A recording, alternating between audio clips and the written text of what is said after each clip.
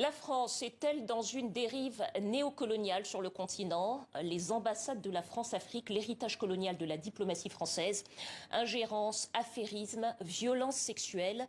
Une enquête de 200 pages sur le comportement des diplomates français sur le continent. Mickaël Bourpouron, bonsoir. Merci d'être avec nous. Vous êtes journaliste d'investigation. Vous êtes l'auteur de cet ouvrage paru dans la collection Les Dossiers Noirs, dirigé par l'association Survie.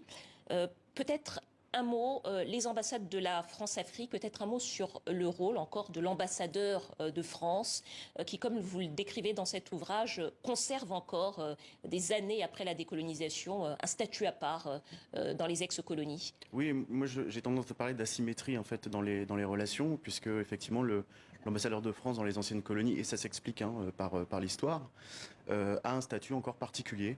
Un statut qu'il n'a pas, qu'on ne retrouve pas dans d'autres régions du monde, que ce soit Amérique du Sud, en Asie par exemple. Vous le décrivez même dans certains pays d'ailleurs, comme un acteur politique à part entière de la vie politique locale. Est-ce que vous pouvez nous donner quelques exemples, nous expliquer ça? Oui, mais il y a des exemples très concrets et très récents, très contemporains. On sait très bien que dans la crise post-électorale ivoirienne, l'ambassadeur de France à l'époque avait joué un rôle très important.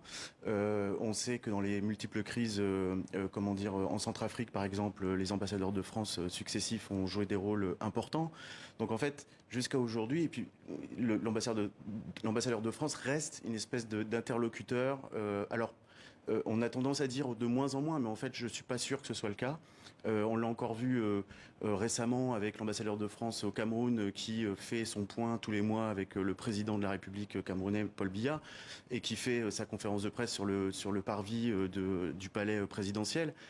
Et j'interroge, je dis, est-ce qu'on verrait un ambassadeur africain, camerounais, faire un point presse sur le parvis de l'Élysée? Donc il y a vraiment une asymétrie et une relation qui est très disproportionnée. Alors, vous parlez d'une mentalité coloniale, d'un côté. Est-ce que vous diriez qu'il y a aussi tendance de la part des dirigeants des anciennes colonies à reproduire les mêmes mécanismes que sous la colonisation? En clair, est-ce que vous diriez qu'il y a des néocolonisateurs d'un côté et des mentalités de colonisés qui subsistent de l'autre? Alors je pense que l'héritage, il se fait des deux côtés. C'est-à-dire que je pense qu'il y a l'héritage d'une part des blessures et de la colonisation du côté de l'Afrique, des Africains, et probablement d'un comportement aussi dans les élites africaines qui continue, qui perdure, hélas.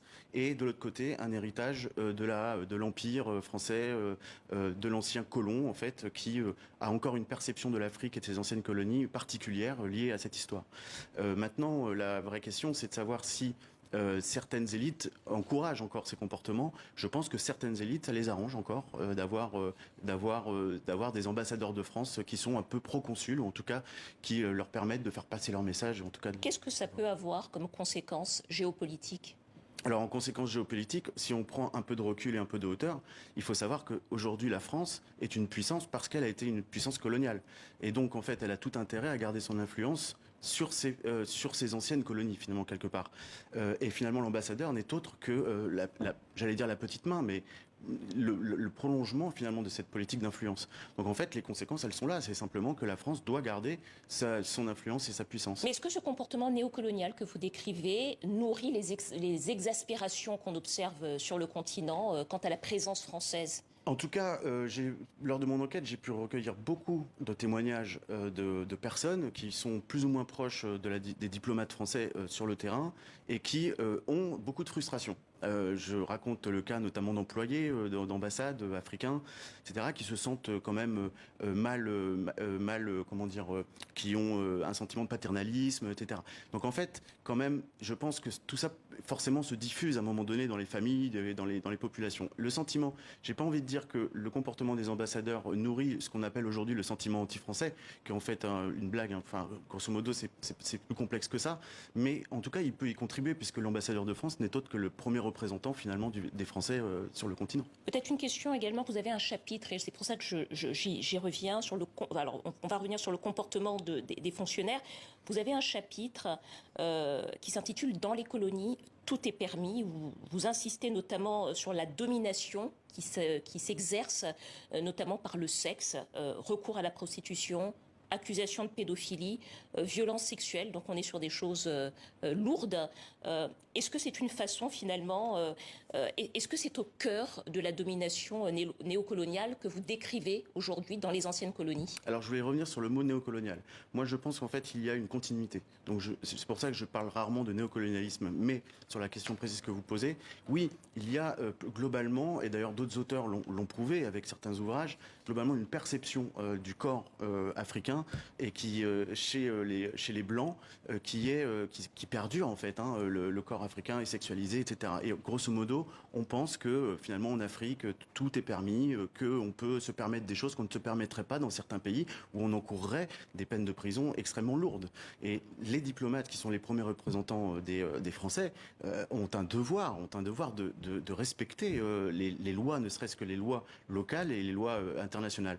Et en l'occurrence, on se rend compte que dans beaucoup d'endroits, on a des récits, alors je les ai pas tous mis dans le livre parce qu'il faut pouvoir prouver, il faut pouvoir, voilà, mais j'en ai prouvé quelques-uns où des comportements sont inacceptables et mériteraient des procès et mériteraient même d'aller plus loin. Voilà.